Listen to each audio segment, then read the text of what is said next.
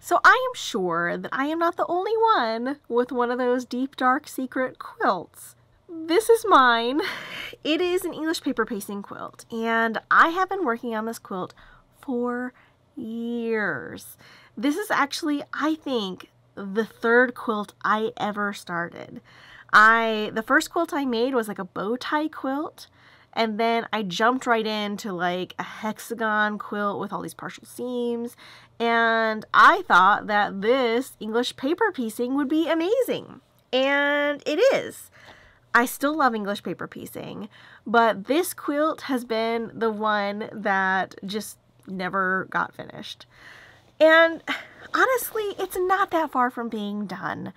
I have taken it out from time to time to work on it. I take it to guild meetings sometimes, but next week is spring break.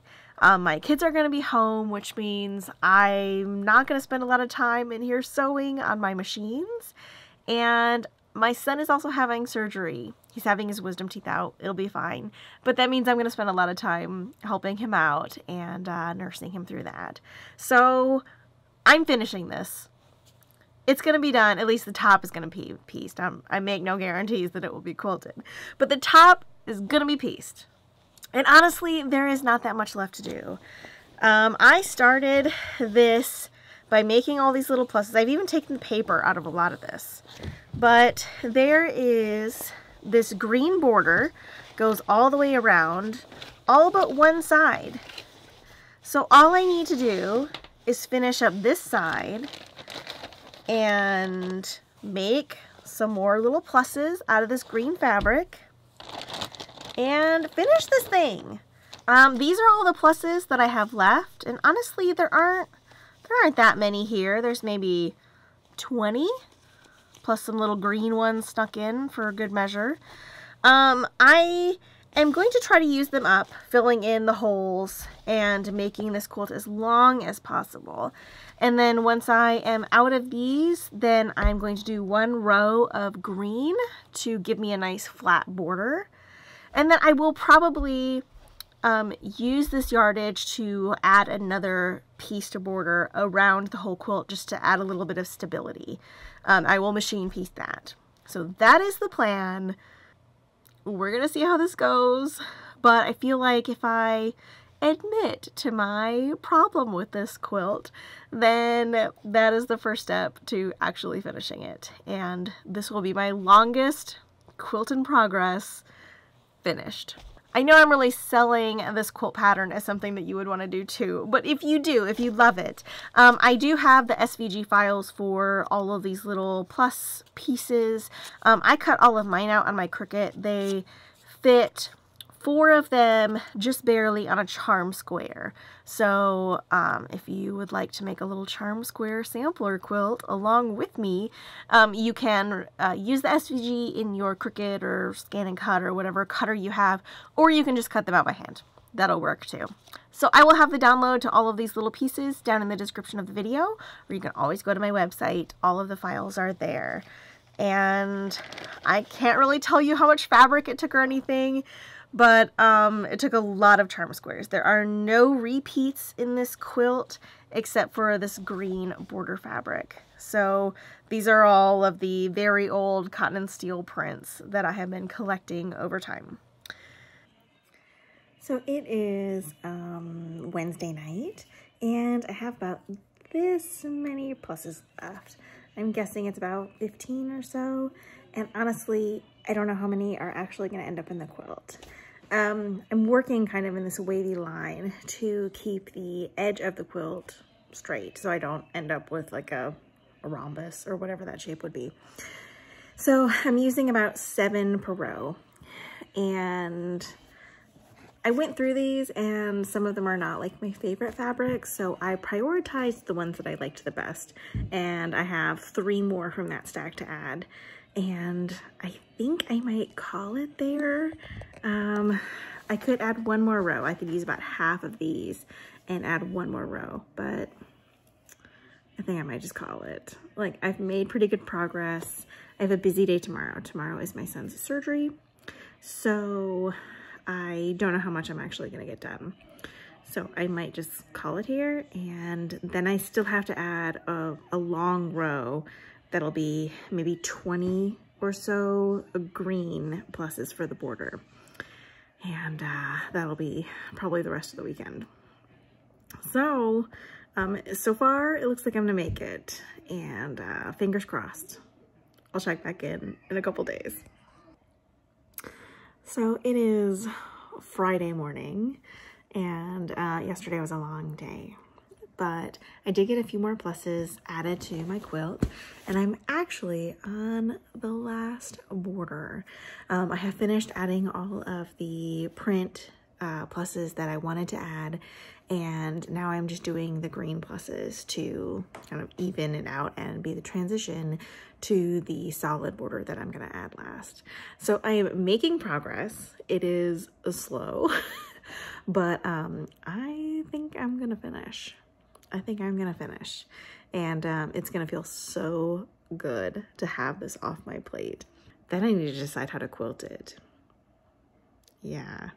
I was tempted to hand quilt it because it's so much handwork already, but I feel like it needs the stability of machine quilting to hold it all together.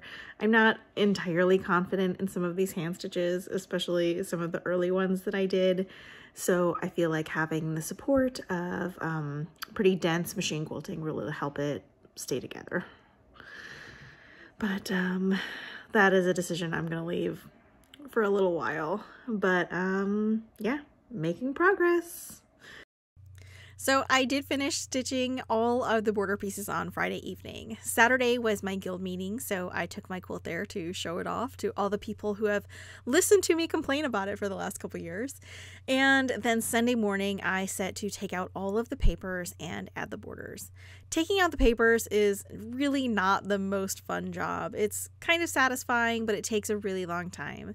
So a good audiobook or a good TV show will help this a lot.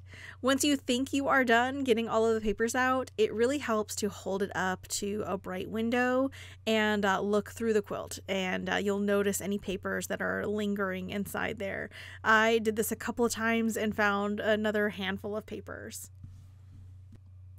And then it was time to pin on my border. I didn't have a really great system for doing this. It was pretty awkward. This is the first time I've done this, obviously, so I spent a lot of time opening up the seam allowances along the edge and pinning the border onto the quilt top. This isn't an exact science because I did end up with a little bit of fullness in my border. I'm going to tackle that with my quilting and batting choices, but it is something that I am curious to learn more about because it was awfully hard to get this quilt to lay really flat to get a great measurement on exactly how long it was to cut a border exactly to size. So I ended up just kind of pinning it as I went, and that did result in a little bit of fullness. And just like that, 5 years of hand stitching comes to a close. Now, I learned a ton in making this quilt, and I am still learning. And that's part of the reason that I haven't included English paper basing instructions in this video, because I'm still learning. I'm not an expert on this, and there are plenty of really knowledgeable people on YouTube and on the internet who can show you really good methods to attach these pieces together. And I'm still watching them myself. That being said, I did learn some lessons that I do want to pass along with you. The way that I organized this project is probably what held it back for so long. I started making this project from like one center blob of pieces that I was adding onto, and that meant that it grew in a fairly disorganized way and that it was really large before it really had to be. So if I were to do this again, then I would plan it a little bit better so that it came together in maybe 4 or 5 sections, so that I was making one large section, and then those couple of seams at the end to join those sections were the only really pain in the butt seams in the quilt. When projects like this are small, they are a joy to work with. They're portable and they just aren't a lot to wrestle with. But by the time I was attaching those last few rows to this quilt, it was really cumbersome to work with, and there was a lot of flipping around of this fairly heavy piece. And had I made this quilt in sections, then I would have had far fewer of those problematic seams at the end. And this would have remained portable and easy to work with until the bitter end, until I was joining those sections together to form the quilt top. If you would like to make your own version of this quilt, then I do have the files available on my website. There aren't any piecing instructions, but there is a PDF that has all of the little shapes that you can print and cut out yourself with scissors or paper cutter. And then there is also an SVG file you can download and put onto your Cricut or Scan and Cut, whatever personal cutter you have, that will cut out all the shapes. And that's how I cut out all the shapes for this quilt. You can get quite a few of them on one sheet to keep you busy for a while. All in all, I am super proud of myself for getting this quilt done, and I love it to bits. I am probably going to take a step away from it for a week or so and really think about the quilting. And once I come up with a plan I'm really happy with, I'm going to get it quilted so I can start enjoying this quilt after 5 years of working on it. So I hope you guys enjoyed this little bit different style video. This was more of like a vlog of finishing this project, and I will be back soon with more traditional tutorial styles, but there may be more of these in the future as I work on some projects that I am really excited about. So until then, happy quilting!